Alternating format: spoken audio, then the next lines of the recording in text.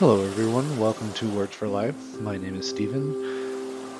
Today, we're going to look at the topic of Are you disconnecting?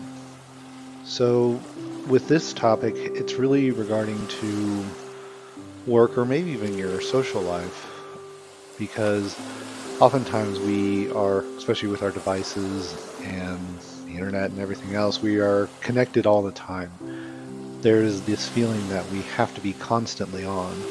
But for the purpose of this one, I want to focus on disconnecting from like work.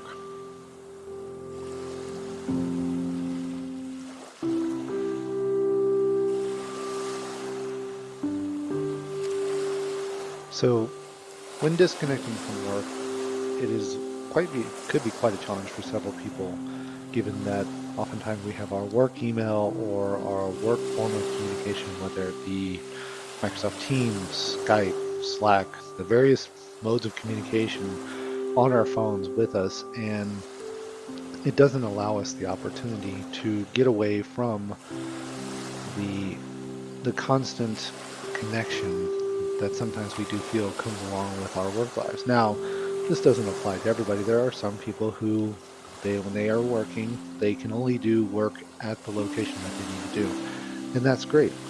But there's also the text messages that come in from coworkers or from your boss or something like that asking, "Oh, did you do this?" or can you tell me where this is?" So there's that type of stuff as well, which makes it quite a challenge. So really, this comes down to being able to take your mind and stop thinking about work for a bit. This might be setting a snooze on the emails or texts that come from your workplace, or possibly putting a snooze or changing the ringtone for texts that come in from either bosses or coworkers who aren't necessarily friends, but like just coworkers that might disturb you during your time that you're not working.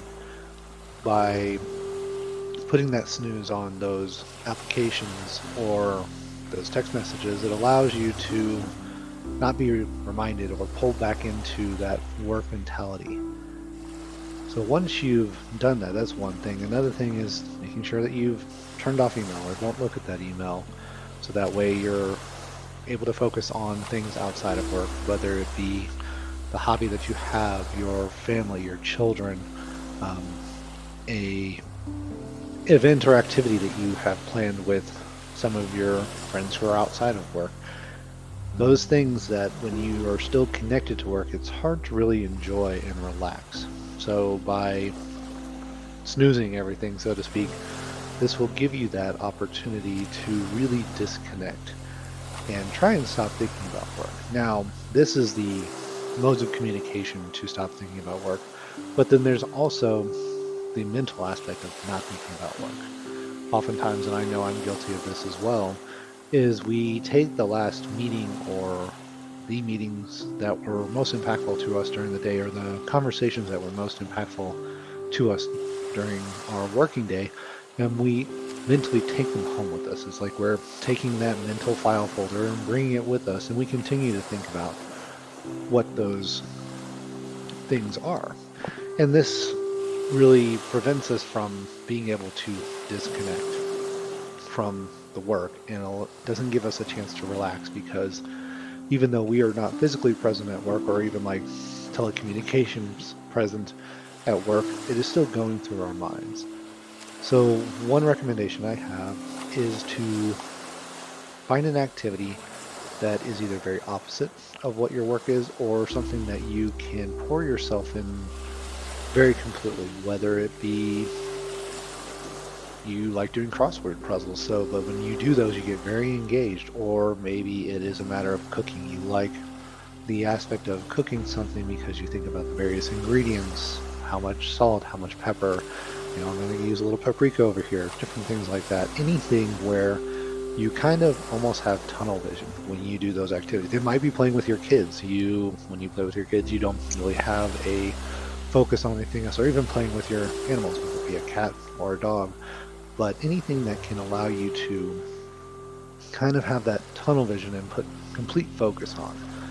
This gives your mind the opportunity to kind of, in a sense, forget about the things that had occurred during the day and focus on something else.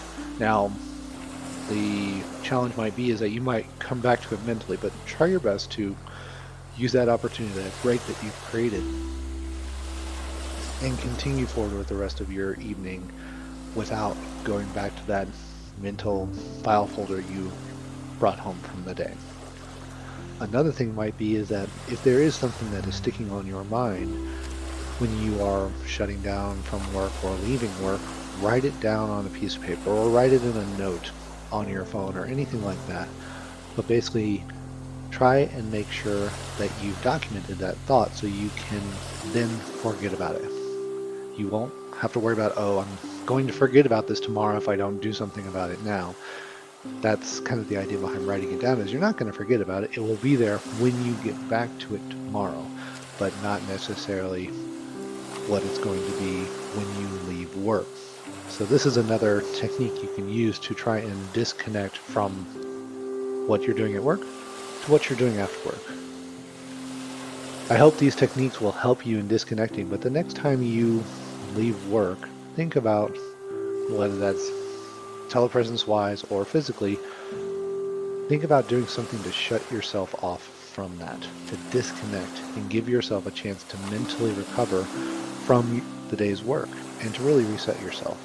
Because by doing this, you will actually become more productive by having that chance to relax and recover rather than the constant, possibly anxiety or stress that comes with taking that home with you and never really turning it off.